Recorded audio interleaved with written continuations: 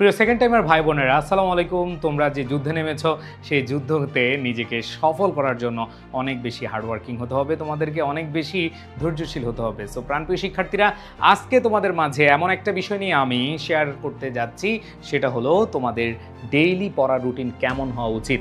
আমার শিক্ষার্থী যারা আছো সবাই একটা বিষয় নিয়ে আমাকে বারবার বলেছিলে যে ভাই আমরা যে বাসায় পড়বো, এই বাসায় পড়ার জন্য আমাদের পড়ার রুটিনটা কেমন হওয়া উচিত, এইটা নিয়ে যদি একটা গাইডলাইন দেওয়া যায়। সো তোমাদের জন্য আমি হাজির হয়েছি যে সেকেন্ড টাইমারদের ডেইলি পড়ার রুটিন কেমন হওয়া উচিত।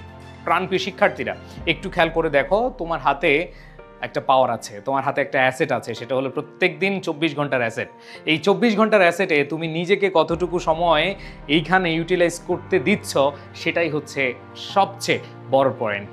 মন দিয়ে একটু শোনো, একেবারে মন দিয়ে শোনো। ভাই পড়াশোনা অনেক করেছো, জাস্ট নিজের সাথে একটা প্ল্যানিং করতে নামো। আজকের পর থেকে তোমার পড়ার রুটিনটা কেমন হওয়া উচিত তুমি নিজে ভাবতে পারবে। আমি আবার বলছি, আমি যেভাবে ডেইলি পড়ার রুটিন করে দিচ্ছি সেটা তোমার মেনটেন করা লাগবে না। তুমি জাস্ট একটা জিনিস চিন্তা করবে, তুমি যে 24 ঘন্টা পাচ্ছ, এই 24 ঘন্টাকে তুমি ডিভাইড করো। তোমার এই 24 ঘন্টার মধ্যে আমি 100% দেখতে পাচ্ছি 3-4 ঘন্টা তুমি মোবাইলে রিল আর ইউটিউব দেখে, মুভি দেখে সময় নষ্ট করছো। শুধু এগুলো না, আরও অনেক ফ্যাক্টর আছে যেগুলো দিয়ে তোমরা হচ্ছে যে সময় নষ্ট করছো। আমার সাথে মিলিয়ে নাও। আমি যদি ভুল বলে থাকি তাহলে অবশ্যই আগে থেকে ক্ষমা প্রার্থী। আমি ভুল বলছি না, কারণ তোমাদের সাথে অনেক দিনের সম্পর্ক, আমার অনেক দিন ধরে তোমাদেরকে জানি। আমি যেহেতু স্টুডেন্ট নিয়েই কাজ করি, আমার জানা আছে, বোঝা আছে যে আসলে তোমাদের এই 24 ঘন্টার মধ্যে 4 ঘন্টা 5 ঘন্টা পাখি খেয়ে ফেলে। সো এই পাখি যেন তোমাদের এই সময়টাকে, এই মহামূল্যবান সম্পদ, এই অ্যাসেটটাকে তোমাদের হাত থেকে, তোমাদের জায়গা থেকে নিয়ে যেন না যেতে পারে, সেটার জন্যই আজকে আমি এসেছি তোমাদেরকে কিছু গাইডলাইন দেওয়ার জন্য। সো প্রাণপ্রিয় শিক্ষার্থীরা, একটু খেয়াল করে দেখো, এই 24 ঘন্টার মধ্যে যেগুলো একবার বেসিক নিডস, আমি যদি বলি 24 ঘন্টার মধ্যে তোমার বেসিক নিডস কি কি, সবার আগে আসবে সেটা হচ্ছে ঘুম। সবচেয়ে বড় সেটা হচ্ছে ঘুম। দ্বিতীয়ত যেটা আসবে সেটা হলো তোমাদের খাওয়া দাওয়া। তৃতীয়ত যেটা আসবে তোমাদের প্রার্থনা। চতুর্থত যেটা আসবে সেটা হলো তোমাদের একটু বিনোদন বা বিশ্রাম, তাই না? বিনোদন বিশ্রাম, এগুলোই তো হচ্ছে মেজর ফ্যাক্টর, তাই না? তাহলে এই 24 ঘন্টার ভিতরে যদি এগুলো তুমি ভাগ করে ফেলতে পারো, তাহলে তোমার জন্য ইজি হয়ে যাবে। এরপরে আমাদের যে মেইন কাজ, পড়ার রুটিন, পড়ার যে সময়টা, সেটা আমরা ফিক্স করব। তুমি যদি আগে পড়ার রুটিন ফিক্সড করো তাহলে কিন্তু এটা উল্টা হয়ে যেতে পারে। এখন কথা হলো যে ভাইয়া আমরা ঘুমাবো কতটুকু, এটা ডিপেন্ড করে আমার পড়ার রুটিনের উপর। ধরো তুমি যে কাজটা করলা সেটা হলো যে তুমি বিনোদনে, ওই যে বললাম বিনোদনে 4 থেকে 5 ঘন্টা চলে গেল। প্রার্থনা স্বাভাবিকভাবে আমাদের 1 ঘন্টার বেশি যায় না, ঠিক আছে? ধরো 1 ঘন্টা বা 1.5 ঘন্টা ধরলাম। এখানে প্রার্থনা বলতে প্রার্থনা করার জন্য, ঠিক আছে, নামাজ বা হচ্ছে আমরা যখন যেই ধর্মাবলম্বীর হওয়া নাই, আমরা পবিত্র হই, সেজন্য গোছল বা হচ্ছে ফ্রেশ হওয়া, এই জিনিসগুলো থাকে। এই জন্য আমি আলাদা করে লিখলাম না। ধরো এখানে আমরা 2 ঘন্টা টাইম দিলাম নামাজ, গোছল এগুলোর জন্য, আমাদের 2 ঘন্টা টাইম দিলাম 24 ঘন্টার ভিতরে। তাহলে এইখানে তোমার খেয়ে ফেললো, কাক খেয়ে ফেললো কত, 4 থেকে 5 ঘন্টা। এটা তুমি হ্যাঁ করতে পারো। এবার খাওয়া দাওয়া সর্বোচ্চ 1 ঘন্টা আমাদের, তাহলে 3 ঘন্টা আর হচ্ছে 7 ঘন্টা শেষ। এবার ঘুম কয় ঘন্টা? ধরো আমি জানি না, এটা সায়েন্টিফিক কারণ অনেকগুলোই আছে। 8 ঘন্টা ঘুমাতে হয়, 7 ঘন্টা ঘুমাতে হয়। সো ধরলাম 7 ঘন্টা। 7 ঘন্টা ধরলেও তোমার এইখানে দেখো, যদি তুমি বিনোদনে তোমার পাখিকে বা কাককে দিলা হচ্ছে 4 থেকে 5 ঘন্টা, ধরো 4 ঘন্টা, 2 ঘন্টা, 6 ঘন্টা, 7 ঘন্টা, সাথে 14 ঘন্টা। এরপরও তোমার হাতে আরও 10 ঘন্টা বাকি আছে।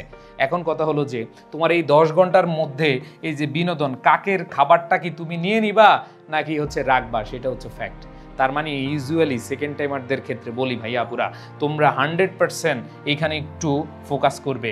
এই যে বিনোদনে তোমার যে সময়টা চলে যায়, এই সময়টা থেকে তোমার কি আনতে হবে, তোমার পড়ার টাইমটা নিয়ে আসতে হবে। তার মানে 14 ঘন্টার একটা রুটিন করলে সবচেয়ে বেটার। এখন অনেকে বলে ভাই আমাদের তো অনলাইন ক্লাস থাকে, আমাদের তো প্রাইভেট থাকে, আমাদের পড়া থাকে। তো সেই ক্ষেত্রে ভাইয়া তুমি ধরো ক্লাস করলা 3 থেকে 4 ঘন্টা, তাও তো এটা ক্লাসের মধ্যে পড়াই থাকে নাকি?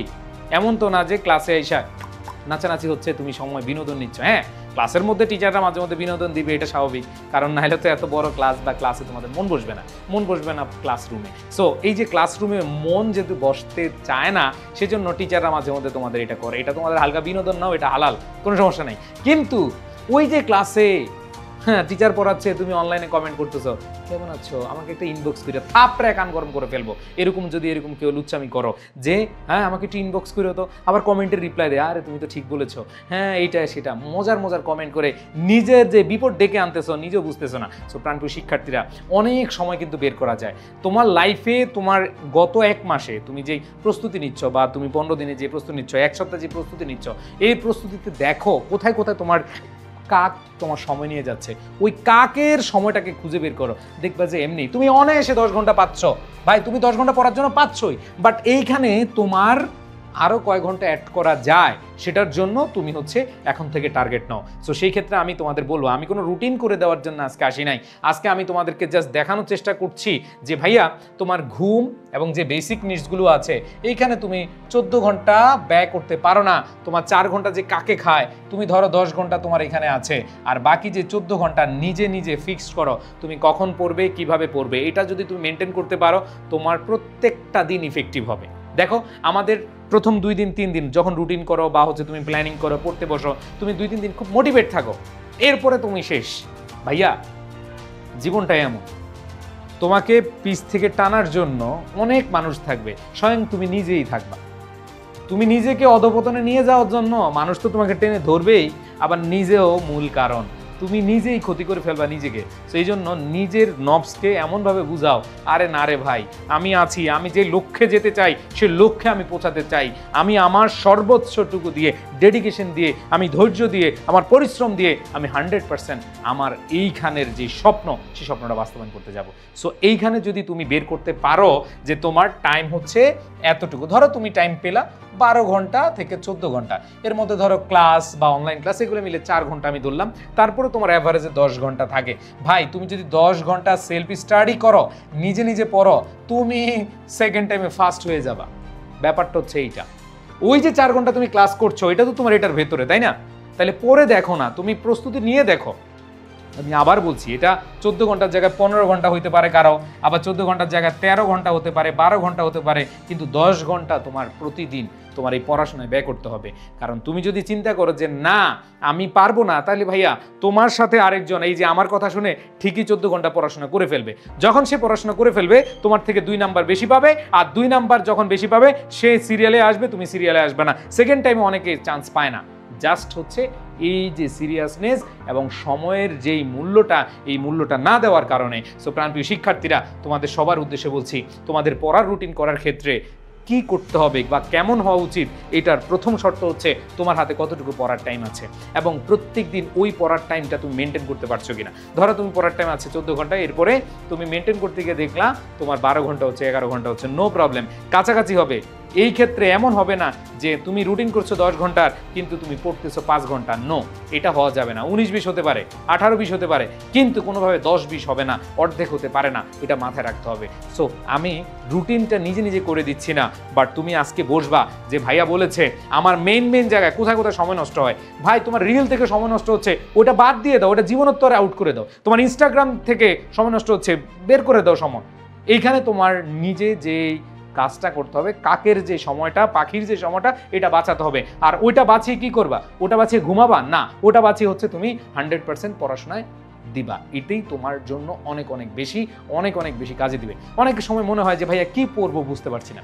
যেমন ধরো আমরা যখন ক্লাস নেই, ধরো টিচাররা যখন বুঝায়, গ্রামার বুঝায়, এরপরে তোমাদের মেমোরাইজিং পার্ট ধরো তোমাদের মুখস্থ করতে হয়, তোমাদের অন্যান্য সাবজেক্ট পড়তে হয়। আরে ভাই তুমি নিজে ভাগ করো, সেলফ স্টাডি করো যে আমার এইভাবে ভাগ করেই পড়াশোনা করতে হবে, এভাবে আমার চিন্তা করেই প্রিপারেশনটা নিতে হবে।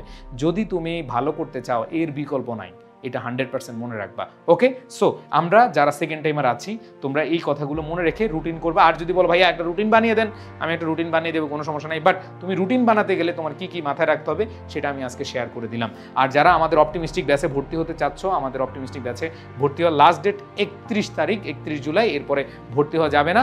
সো তোমরা যদি ভর্তি হও তাহলে মানে অপটিমিস্টিক ব্যাচ 1-এ এখনই ভর্তি হয়ে নাও, এনরোল করে নাও। এনরোল করতে এডুকেশন পেজে নক দাও। আর এখানে যা লেখা আছে এগুলো সব মিথ্যা কথা, এগুলো চাপাবাজি। আমরা এর চেয়ে কম দিব না, বেশি দিব। এই জন্য আমি মিথ্যাবাদী বলতেছি, কারণ এই যে তোমাদের ফাউন্ডেশন কোর্সের পরে বিউপি আইসিইউ ব্যাচ শুরু হবে কয়েকদিন পরে, এটা তোমরা ফ্রি পাবা, জাহাঙ্গীরনগর ফ্রি পাবা, আর রাজশাহী ইউনিভার্সিটি চট্টগ্রাম বিশ্ববিদ্যালয়, কুমিল্লা ইউনিভার্সিটি, খুলনা, জগন্নাথ, সকল ইউনিভার্সিটির কোর্স তোমরা একদম ফ্রি পাবা। মানে এক কোর্সে সকল বিশ্ববিদ্যালয়ে ভর্তি প্রস্তুতি, অল্প টাকায়। এর চেয়ে ভালো প্রস্তুতি কোথাও নিতে পারবা না, এর চেয়ে ভালো টিচার যদি পেয়ে থাকো, ওকে, ইউ আর ওয়েলকাম দেয়ার। তোমরা অবশ্যই সেখানে যাও, কোনো সমস্যা নাই। আমি তোমাদের উদ্দেশ্যে বলছি, ক্লাস যাচাই করো, সার্ভিস যাচাই করো। তোমাদের জন্য আমরা এত বড় অফিস নিয়ে, বিশাল আয়োজন নিয়ে, আমাদের প্রত্যেকটা সেক্টরে তোমাদের জন্য আলাদা আলাদা লোক দেওয়া আছে, যাতে করে তোমাদের প্রস্তুতি অনেক বেশি ভালো হয়। সো প্রাণপ্রিয় শিক্ষার্থীরা, যারা অপটিমিস্টিক বেঁচে আছো, তোমরা আশাবাদী নও, তোমরা বাস্তববাদী হবা, তোমরা নিজেদের স্বপ্ন পূরণ করবা বাস্তবে। সেই বাস্তবের রেজাল্ট শোনার জন্য এখনও মুখিয়ে আছে তোমাদের মহসিন ভাইয়া। দেখা হচ্ছে বিজয়ের মঞ্চে, তোমাদের সাথে একসাথে গাইবো গান, তোমাদের জয়গান সব জায়গায় হবে, সব কিছু হয়ে যাবে সারকার। ভালো থেকো, আল্লাহ হাফেজ, আসসালামু আলাইকুম রহমতুল্লাহ।